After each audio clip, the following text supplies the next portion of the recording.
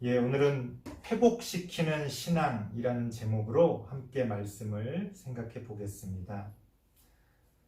우리의 신앙이 어떠해야 하느냐라는 것에 대해서 사실은 우리가 그렇게 많이 얘기하지는 않는 것 같아요.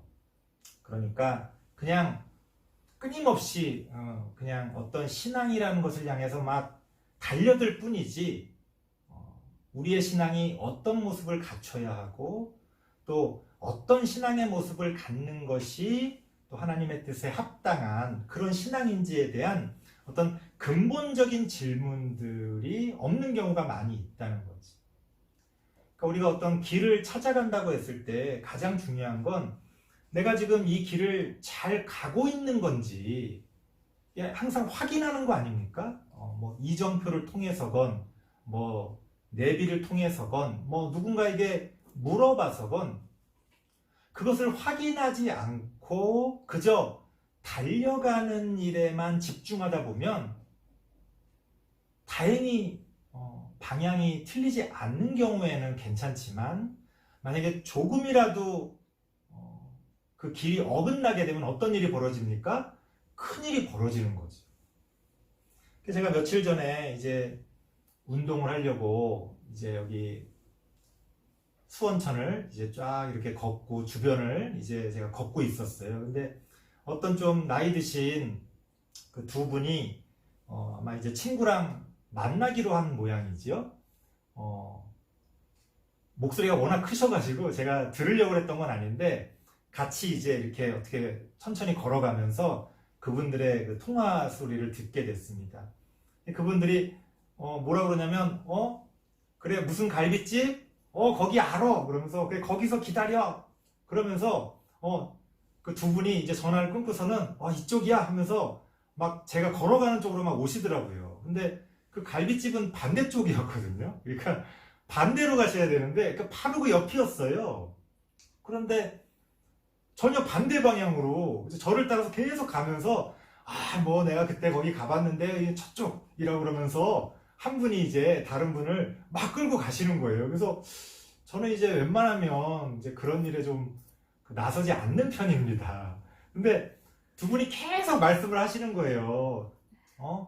뭐 조금만 더 가면 되고 뭐 저쪽 뭐 다리를 뭐 해서 뭐 하면서 막 하는데 아니 지금 완전히 잘못된 길을 가고 있는데 저를 계속 쫓아오시는 거예요. 그래서 이걸 말씀을 드려야 되나 말아야 되나 계속 고민을 했어요. 그래서 이제 한참 한 몇십 미터 가고 있는데 너무 확신을 갖고서 당당하게 걸어가시는 모습을 보니까 이대로 가다간 영영 이분들은 못 만나겠다.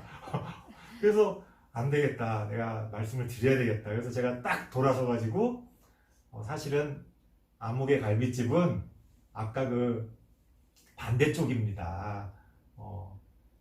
다시 길을 반대쪽으로 가셔야 됩니다. 그랬더니 깜짝 놀라시면서 너무 고맙다고 그러면서 다시 반대쪽으로 가시더라고요. 만약에 아무도 가르쳐주지 않았다면 그리고 본인이 확인하지 않았다면 뭐 영영 그분들은 못 만나는 거죠. 그러니까 완전 반대쪽으로 가고 있었으니까. 그러니까 이게 뭐 우스개처럼 말씀드렸습니다만 우리의 삶에서 만약 이런 일이 벌어진다면 끔찍한 거죠.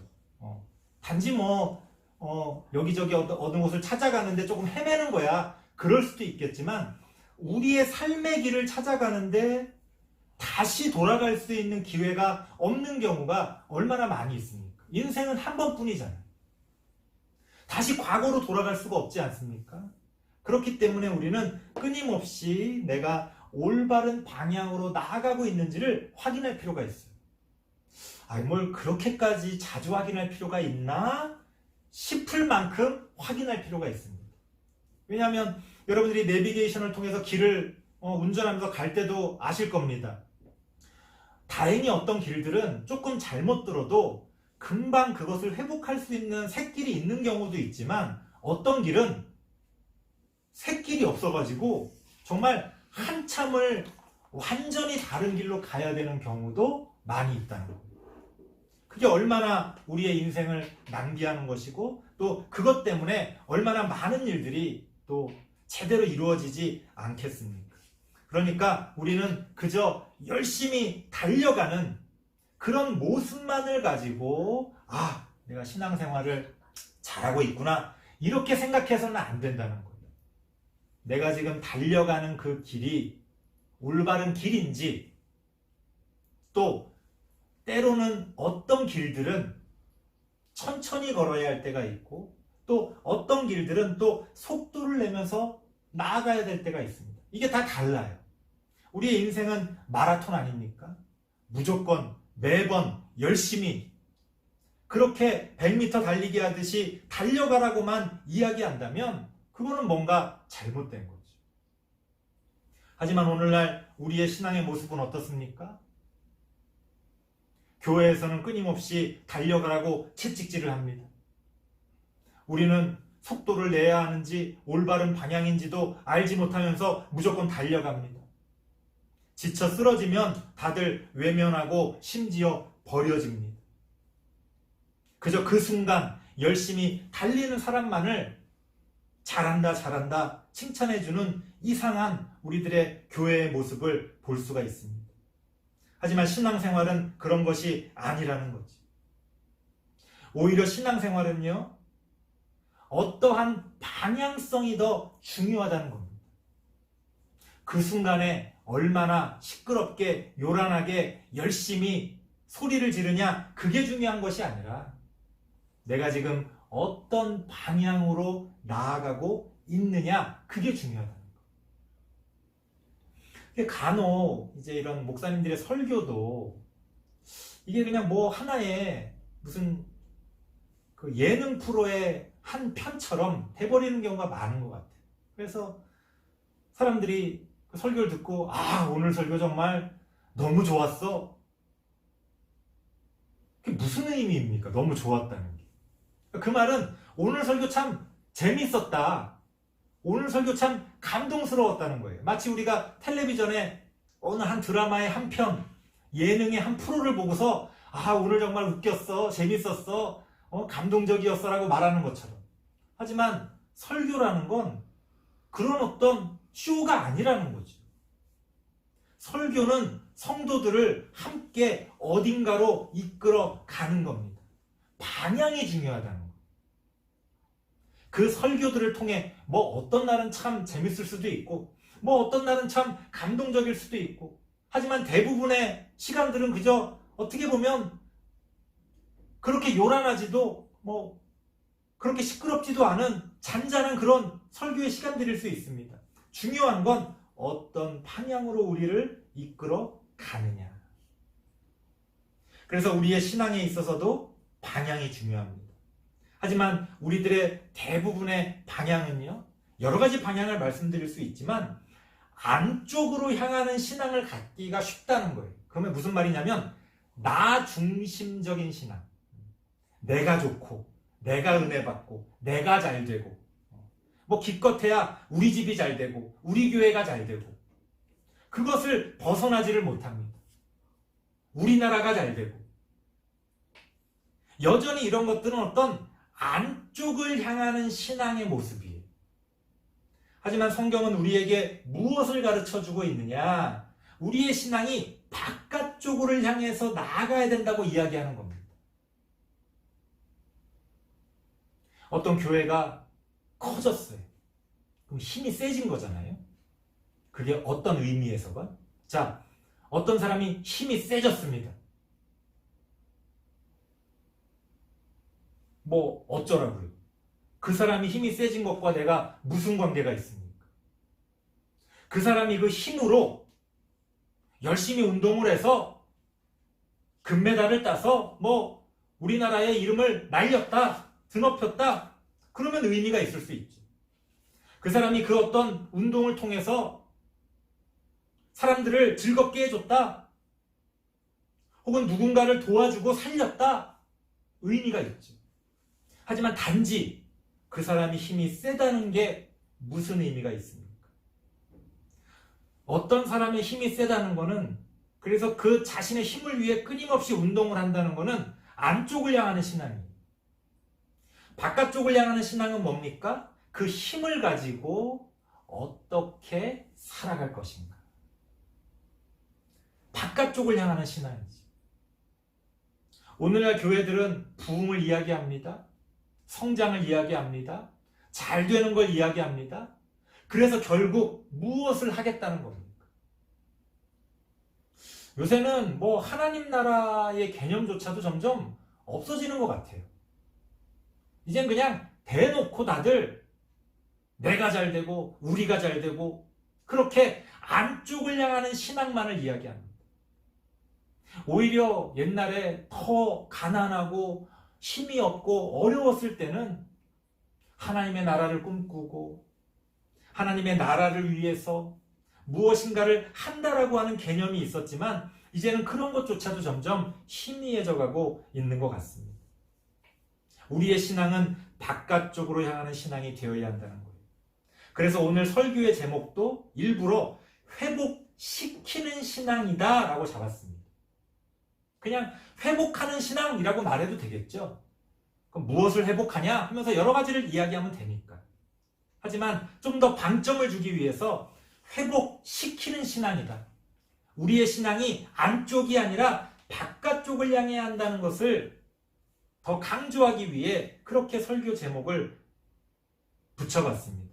물론 안쪽을 향하는 신앙도 중요하지요. 어떻게 보면 그건 기본입니다. 내가 힘이 있어야 남을 도와줄 거 아니에요. 그러니까 남을 도와준다는 건 내가 힘이 있다는 걸 전제로 하는 겁니다. 내가 힘이 없고 여유가 없는데 남을 어떻게 도와줍니까? 하지만 그럼에도 불구하고 바깥쪽을 향하는 신앙을 강조하는 것은 그것이 우리의 목적이고 그것이 우리의 사명이기 때문에 그렇습니다. 여러분, 종교가 왜 종교입니까? 왜 우리가 믿는 신앙을 종교라고 부릅니까? 안쪽으로만 향하는 신앙은 종교라고 말할 수가 없어요. 그래서 우리가 무당을 찾아가는 사람들, 굿하는 사람들, 그런 거를 사실은 종교학에서도 그런 것들을 어떤 종교의 어떤 뭐 아주 원형적인 모습을 가지고 있다고는 하지만 좀 더 아래쪽에 있는 종교의 모습이라고 이야기하는 거예요. 오늘날 우리가 기독교 같은 이런 종교는 높은 수준의, 그걸 고등 종교라고 부릅니다. 높은 수준의 종교라고 부릅니다. 왜? 방향성에서 결정이 되는 거예요.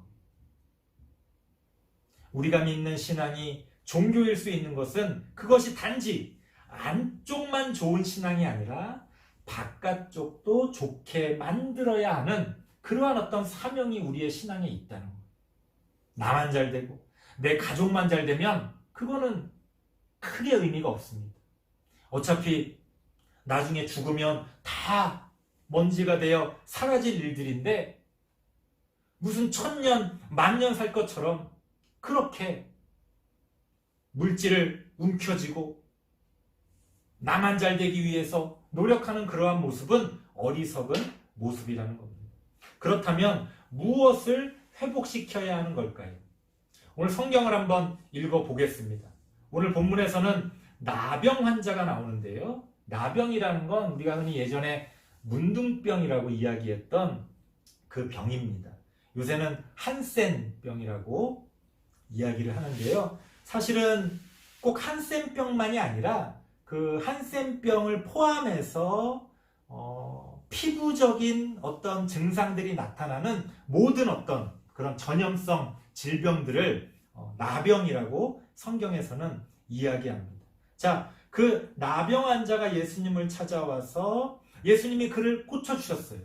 뭐 너무나 익숙하게 우리가 볼 수 있는 모습입니다. 그런데 그 사람을 고쳐주시고서 그 사람에게 아주 특이한 명령을 내리십니다. 예수님께서 4절 말씀 보겠습니다. 제가 읽어드립니다. 예수께서 이르시되 삼가 아무에게도 이르지 말고 다만 가서 제사장에게 내 몸을 보이고 모세가 명한 예물을 드려 그들에게 입증하라 하시니라. 무슨 말이에요? 병을 고쳐주셨는데 보통은 이제 집으로 돌아가라 이렇게 말하는 경우가 대부분인데 이 경우에는 아무에게도 말하지 말고 제사장을 찾아가서 너가 그 나병이 완치됐다는 것을 딱 보여주고 하나님께 예물을 드려라 이렇게 이야기하고 있는 겁니다. 자, 여기서 왜 제사장에게 보이고 예물을 드리라고 한 걸까요? 당시 나병 환자는 율법에 의해서 사람들과 격리된 삶을 살았습니다. 그 마을 바깥에서 살았어야만 해요. 완전히 동떨어져서. 당연히 주일날 예배를 참석할 수도 없었고요. 완전히 사람들과 분리된, 하나님과 분리된 그런 삶을 살아야 했습니다. 그래서 그것을 부정하다라고 규정했고요. 그래서 그 나병 환자와 접촉한 사람도 부정해진다라고 간주했습니다. 이건 이제 오늘날 우리는 그 의학적인 지식이 있으니까 우리가 코로나 때 잘 보지 않았습니까? 누군가와 접촉한 여부를 가지고 우리들도 뭐 그걸 어떤 신앙적인 표현으로 뭐 부정하다 이렇게 말하진 않지만 이제 감염의 위험이 있다는 거죠. 그래서 이렇게 전염병 같은 경우는 사람들과의 접촉을 최대한 떨어뜨려 놓기 위해서 율법적으로 그렇게 규정을 한 겁니다. 그런데 이제 사람들이 그것을 보고서는 율법에서 그 나병 환자를 이렇게 분리시켜 버리니까 저들은 하나님의 저주를 받아서 그렇게 되었다라고 생각하게 됐어요. 성경에 그런 하나님의 저주를 받아서 나병이 걸렸다라는 것이 성경에 나오지 않지만 사람들은 그렇게 생각했다는 겁니다. 자, 그런 상황에서 제사장에게 먼저 가서 보여주고 자신이 나병에서 완치가 됐다라는 것을 증명하고 하나님께 예물을 드리라고 하는 것은 어떤 이유가 있을까요? 두 가지 이유가 있는데요. 하나는 그 나병 환자가 이제는 하나님께 나아갈 수 있는 자격을 얻었다는 것을 증명하는 거죠. 쉽게 말하면 하나님과의 관계가 회복되는 겁니다. 이제 주일날 하나님께 예배드릴 수가 있는 거예요. 오늘날 우리는 예수 그리스도를 통해서 어느 자리에 있건 어떤 상황에서건 하나님을 믿는 믿음만으로 하나님께 나아갈 수가 있죠. 이거 굉장히 혁명적인 겁니다. 구약 시대에는 성전에 가야지만 하나님께 나아갈 수가 있는 거예요. 성전에 못 가면 하나님께 못 가는 거예요. 물리적으로 내가 성전 안으로 들어갈 수가 있어야, 하나님께 제사를 드릴 수가 있어야 죄사함을 받고 구원 얻을 수가 있는 거예요. 다른 방법은 없습니다. 하지만 예수 그리스도가 그것을 완전히 바꿔버리신 거죠. 이제는 예수님을 믿기만 하면 우리가 죄사함을 받고 구원 얻을 수가 있다는 거예요. 코로나 시대 우리 초기에 이제 온라인 예배를 가지고 목사님들하고 이제 신학자들 사이에서 논란이 많이 있었어요. 사실은 그전에도 그것 때문에 논란이 있었지만 이제 당장 뭐 피부로 와닿는 일이 아니니까 다들 좀 얘기하다가 말았는데, 이제 코로나 시대가 돼서 다들 교회를 나올 수가 없는 상황이 돼버려서 어쩔 수 없이 온라인 예배를 드리잖아요. 그러니까 이제 이 온라인 예배가 진짜 예배냐 아니냐를 가지고 여러분들은 잘 모르시겠지만 이 목사들 세계에서는 엄청난 논쟁이 있었습니다. 많은 이제 보수적인 또 평범한 목사님들은 이거는 예배가 아니다. 어떻게 예배당에 나오지 않는 게 예배가 될 수 있느냐. 그래가지고 이제 언론에 보면 막 교회들이 막 그 방역 지침에 대해서 반대하고 막 그런 이유가 뭐 단순히 정치적인 것만이 아니고 그분들의 믿음은 어쨌든 교회를 나와야 예배가 되는 거지.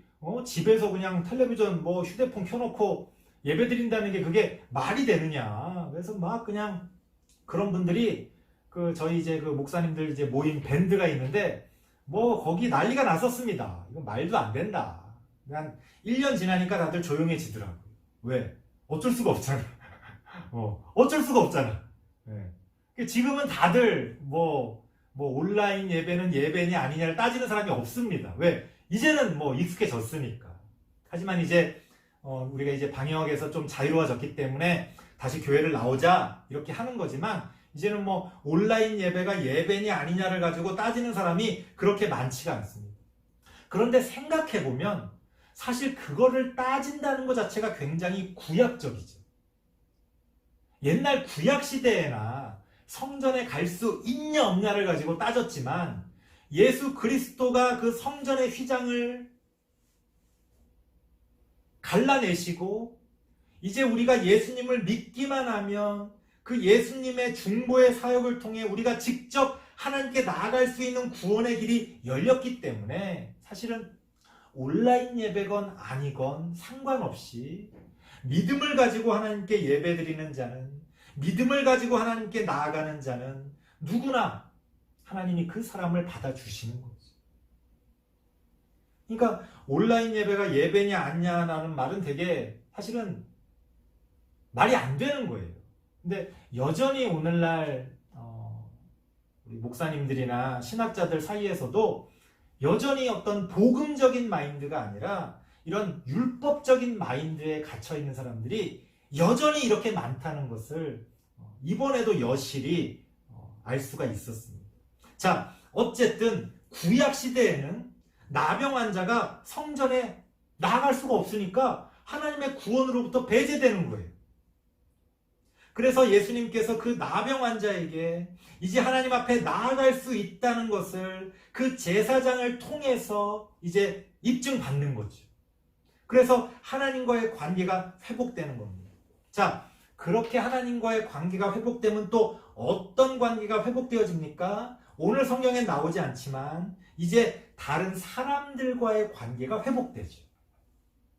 자, 갑자기 나병에 걸려서 격리됐었던 사람이, 몇 년 동안 격리되었던 사람이 갑자기 마을에 나타나서 자기 가족에게 다가가면 사람들이 깜짝 놀라겠죠. 야, 너 이렇게 들어오면 어떡해? 그때 딱 뭘 보여줘야 됩니까? 제사장에게서 받은 공증서. 이 사람은 나병이다, 나았습니다. 우리 코로나 완치되고 나면 그 완치 확인서가 있잖아요. 그래서 다시 회사로 나아가거나 또 학교로 가려고 할 때 그 완치 확인서를 먼저 보내줘야 되는 거예요. 안 그러면 다들 야, 너 이렇게 나와도 되는 거야? 믿을 수가 없는 거지. 그 사람을 경계하는 거지. 자, 그렇게 제사장의 공증을 통해 사람들과의 관계가 회복되어지는 겁니다. 자, 그렇게 예수님께서는 이 나병 환자를 회복시키셨다는 거예요.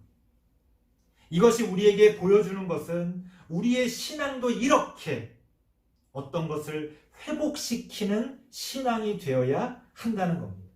그런데 여기서 아주 우리가 주목해야 될 한 가지가 있습니다. 어떤 관계 회복이 먼저인가? 자, 하나님과의 관계 회복을 말씀드렸고요. 사람들과의 관계 회복을 이야기했습니다. 자, 어떤 게 먼저입니까? 교회에서 누구나 하나님과의 관계 회복이 먼저라고 이야기할 겁니다. 오늘 본문에서도 예수님께서 나병 환자를 치유하시고 다른 사람한테 얘기하지 말고 먼저 제사장에게 보이고 예물을 드리라고 했으니 당연히 하나님과의 관계 회복이 먼저가 아닌가? 아마 누구나 그렇게 생각할 겁니다. 하지만 그렇지가 않다는 거예요. 어떻게 알 수가 있습니까?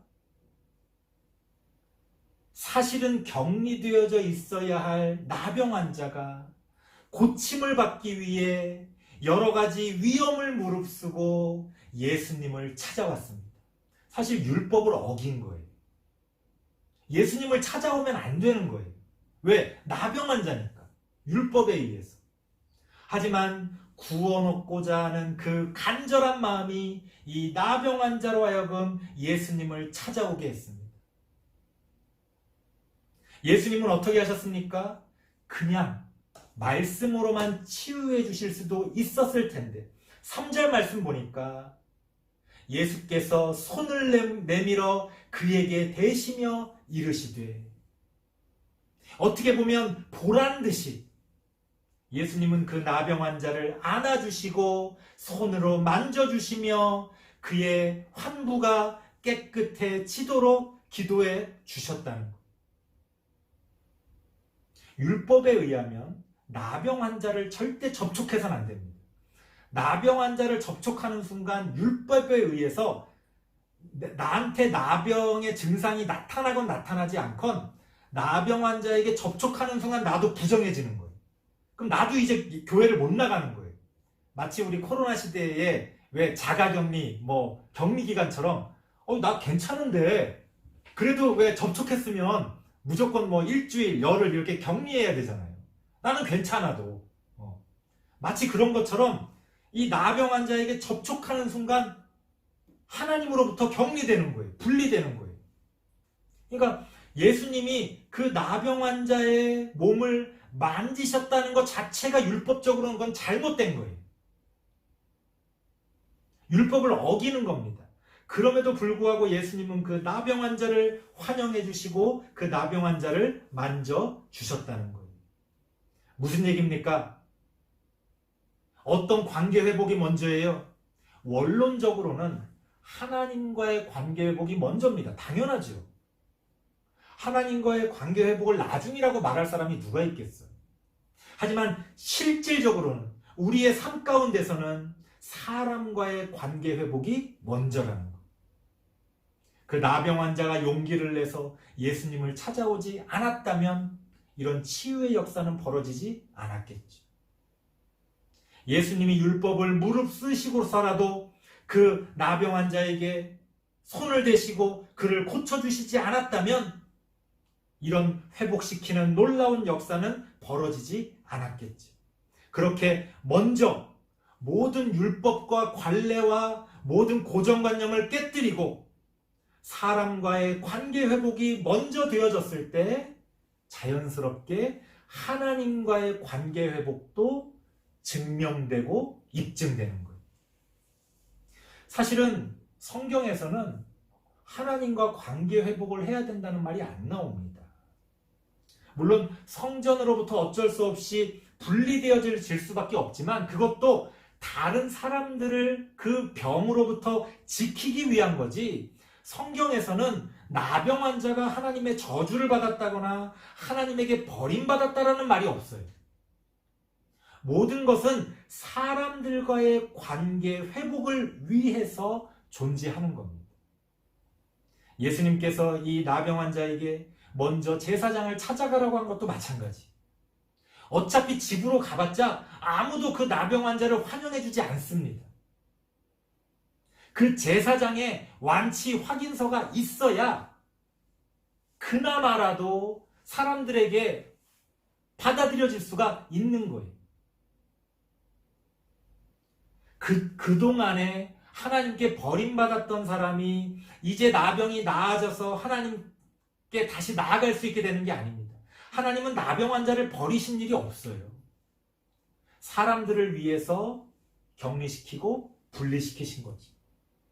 이제 나았으면 사람들이 환영하고 그 사람을 받아줘야 되는데 사실은 그게 제대로 이루어집니까? 우리 코로나 초기에도 그랬잖아요. 완치가 됐는데도 저 사람 코로나 걸렸었대 그러면서 이미 완치가 됐는데도 왜 그 사람을 막 이렇게 좀 터부시하고 가까이 하지 않고 이런 일들 얼마나 많이 있었습니까? 옛날엔 얼마나 심했겠어요. 과거에는 나병에 걸리면 이건 절대 낫지도 않고 이게 한번 퍼지게 되면 한 마을이 완전히 진짜 쑥대밭이 되는 건데 얼마나 사람들이 이 나병을 두려워했겠습니까? 그러니까 한 번 나병에 걸리는 순간 혹은 나병 환자와 접촉하는 순간 아무도 그 사람과 관계를 해주지 않는 거예요. 모든 것들은 그런 사람들과의 관계 회복을 위해 예수님께서 제사장을 말씀하시고 예물을 드리라고 말씀하고 계시는 겁니다. 어떤 종교적인 우선순위를 이야기하는 게 아니라 사람들과의 관계 회복을 위해 다 그런 것들이 필요하다는 겁니다.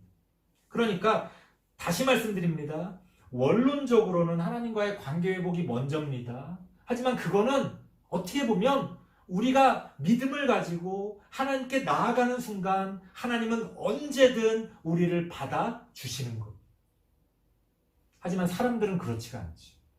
그렇기 때문에 실질적으로 중요한 거는 뭡니까? 사람과의 관계 회복이지. 우리의 신앙은요, 사람들과의 관계를 회복시키는 방향으로 나아가야 한다는 겁니다. 우리의 신앙이 그 관계를 깨뜨리고 그 관계를 망치고 그 관계를 정말 생산적이지 않게 열매를 맺지 못하게 하는 그런 관계로 나아가게 만든다면 그건 제대로 된 신앙이라고 말할 수가 없는 거예요. 그러니까 오늘날 기독교 신앙이라는 이름으로 어떤 관계를 분리시키고 깨뜨리고 오히려 어떤 관계를 망가뜨린다면 이유를 불문하고 그것은 잘못된 신앙이라고 말씀드릴 수가 있습니다. 우리가 간혹 율법이라는 걸 내세우면서 성경에 이런 말이 있지 않냐라는 걸 내세우면서 옳고 그름을 따질 때가 있습니다. 여러분, 옳고 그름이라는 건 상황에 따라 다르기도 하고요. 어떤 사람이 처한 그런 어떤 입장에 따라서 달라지기도 합니다. 정말 중요한 건 뭐예요? 결국은 그러한 것이 어떠한 열매를 맺게 되느냐는 겁니다. 일반적인 차가 교통법규를 어기면 그것은 예를 들어 중앙선을 침범했다거나 그러면 아주 심각하게 처벌합니다. 왜? 다른 사람의 생명을 빼앗을 수도 있는 일이기 때문에 그래요. 그런데 예외적으로 구급차 같은 경우에 중앙선을 침범해도 우리가 용납합니다. 왜? 그 구급차는 지금 급박하게 어떤 사람을 살리려고 하기 때문에 그런 거지. 똑같은 행위가 전혀 다른 의미로 다가오는 거.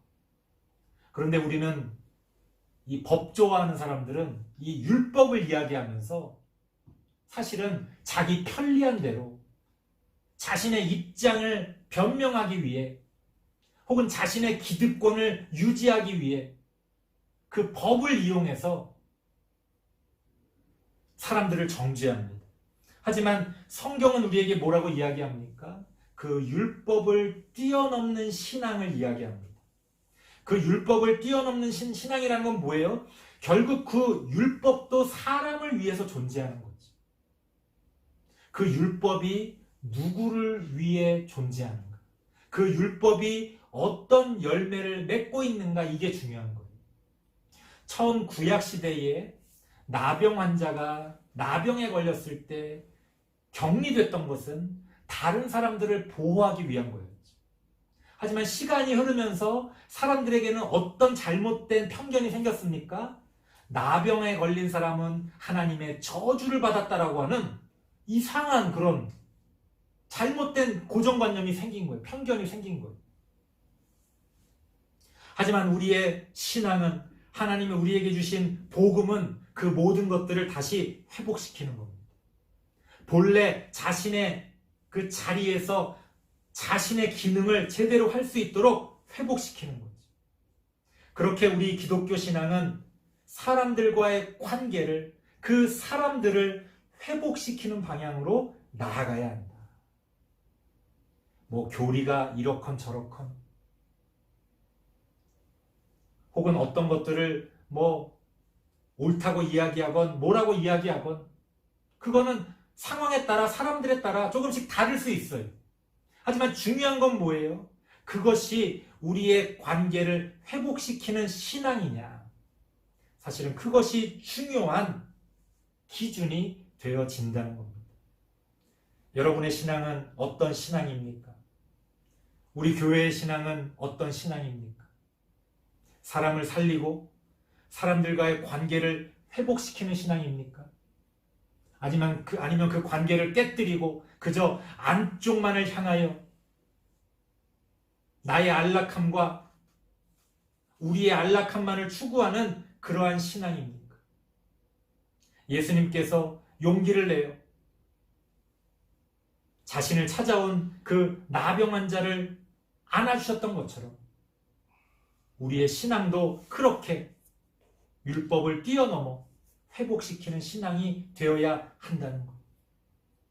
예수님을 찾아갈 줄 아는 그 간절함이 있는 나병 환자의 그 신앙, 그 나병 환자의 신앙을 보시고 그를 안아주신 예수님의 신앙, 그렇게 율법을 뛰어넘어 모든 것들을, 그 관계들을 이미 회복시키시는 그러한 신앙, 그러한 회복시키는 신앙이 우리 모두의 신앙이 되어지길 바랍니다. 기도하겠습니다. 하나님 감사합니다. 나는 무엇을 믿는다, 우리는 무엇을 믿는다라고 말하며 옳고 그름을 따지지만 그게 무슨 소용이 있겠습니까? 우리의 그 믿음이 어떤 열매를 맺으며 어떤 방향성을 가지며 무엇을 회복시키고 있는지 우리가 그러한 것들을 잘 분별하며 우리의 신앙을 가져갈 수 있기를 원합니다. 하나님 앞에서 하나님과 동행하며 올바른 길을 따라 회복시키는 신앙을 가지고 나아가는 우리들이 되어질 수 있도록 하나님 함께하여 주시옵소서. 예수님의 이름으로 기도드리옵나이다. 아멘.